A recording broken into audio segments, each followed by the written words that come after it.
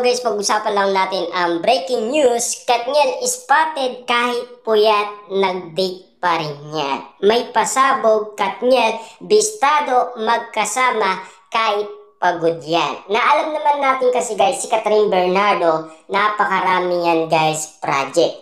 Continuation nga naman kasi guys, ang project niya. Lalong-lalo na guys, noong siya ay spotted umano sa sari-sari store. Kita niyo naman guys, no? Panibago ang mga sinusuot niyang mga kasuotan. Kaya nga naman guys, si Catherine Bernardo sa sobrang pagod, muntikan na siyang madapa. Mamaya guys, ikukwento natin yan kung ano ang nangyari noon.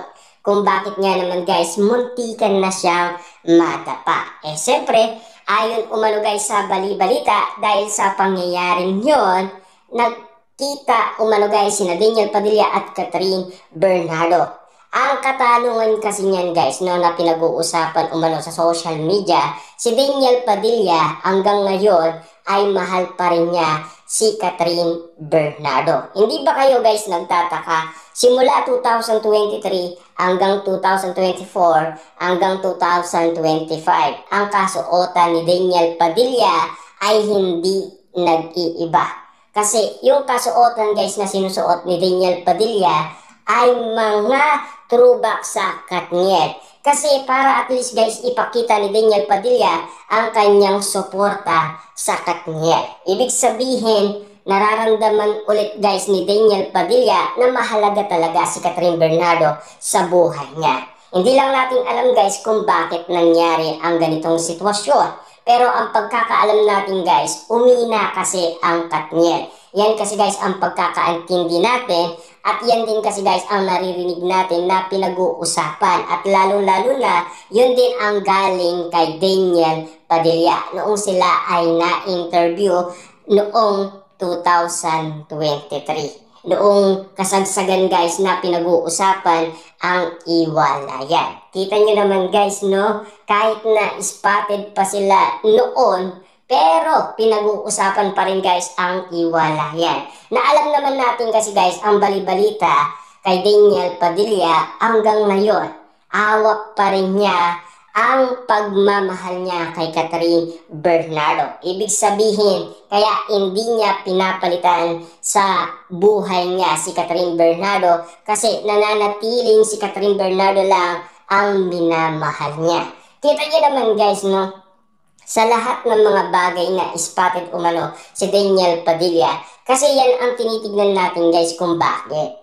Lahat naman guys ng mga bali-balita ay nakikita yan at pinagmamasdan lahat ng mga kinikilos ni Daniel Padilla. Siyempre guys, alam naman natin, si Daniel Padilla daw ang nagkasala. Yan kasi guys ang mga naririnig natin na pinag-uusapan dahil sa kanyang pagkakamali at tinawag nga naman siyang cheater.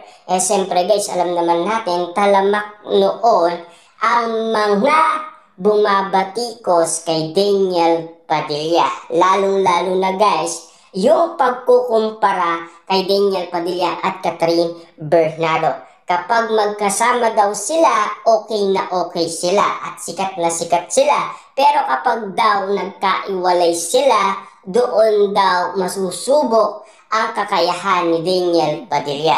Pero hanggang ngayon guys, successful pa rin. Naalam naman natin guys, si Daniel Padilla ay umasa na lang yan guys sa Rosario. At ganun din guys si Carla Estrada. Yan din kasi guys ang paliwanag niya noon na aasa na lang sila sa taas. Kasi alam naman natin guys, no, lahat ng tao ay nakita ni Daniel Padilla na siya ay gustong pabagsakin. Lahat ng tao guys ay galit umano kay Daniel Padilla. Kitang-kita naman natin guys lahat ng mga pangyayari noon. Pero ngayon, kita nyo naman guys, kahit pagod na pagod sila, handa pa rin sila magkita. Pero take note guys, walang masama sa ginagawa nila. Kasi single si Catherine Bernardo at single din si Daniel Padilla. Paano natin napatunayan guys? nawala na ang mga issue. Siyempre guys, simula nga naman kasing naling ang iba't ibang mga kalalakihan kay Catherine Bernardo. Siyempre guys, no, nagsimula yan noon kay Jericho Rosales. Uminto ang issue guys. Siyempre pumasok si Donnie Pangilinan, pero isang araw lang kay Donnie Pangilinan. At lalong-lalo na guys, si Papa P, medyo siguro guys tumagal din ng konti. Mga 3 days siguro. At siyempre, Mayor Mark Alcala. Tumagal din si Mayor Mark Alcala. Nagsimula yan guys 2024 hanggang 2025. At siyempre, Alden Richard. Siya ang mas nagtagal. Siyempre guys, simula 2023, pinag-usapan na yan.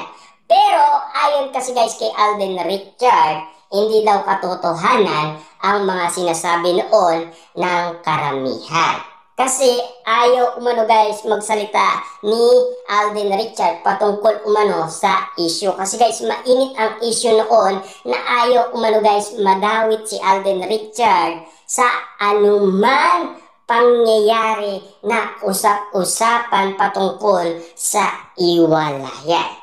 Siyempre guys, ganun din si Daniel Padilla. Mga fans naman guys, maraming nalink noon last 2023 kay Daniel Padilla. Ika nga guys ng ibang tao, napalitan na daw kaagad si Catherine Bernardo. Yan kasi guys ang mga haka-akang pinag-uusapan kasi meron pa si Daniel Padilla na exclusive na pinag-uusapan noon na kinuha niya ang pangalan at telephone number at kung saan nakatira. Yan kasi guys ang mga pinag-uusapan noon. Yan din kasi guys ang mga nangyayari.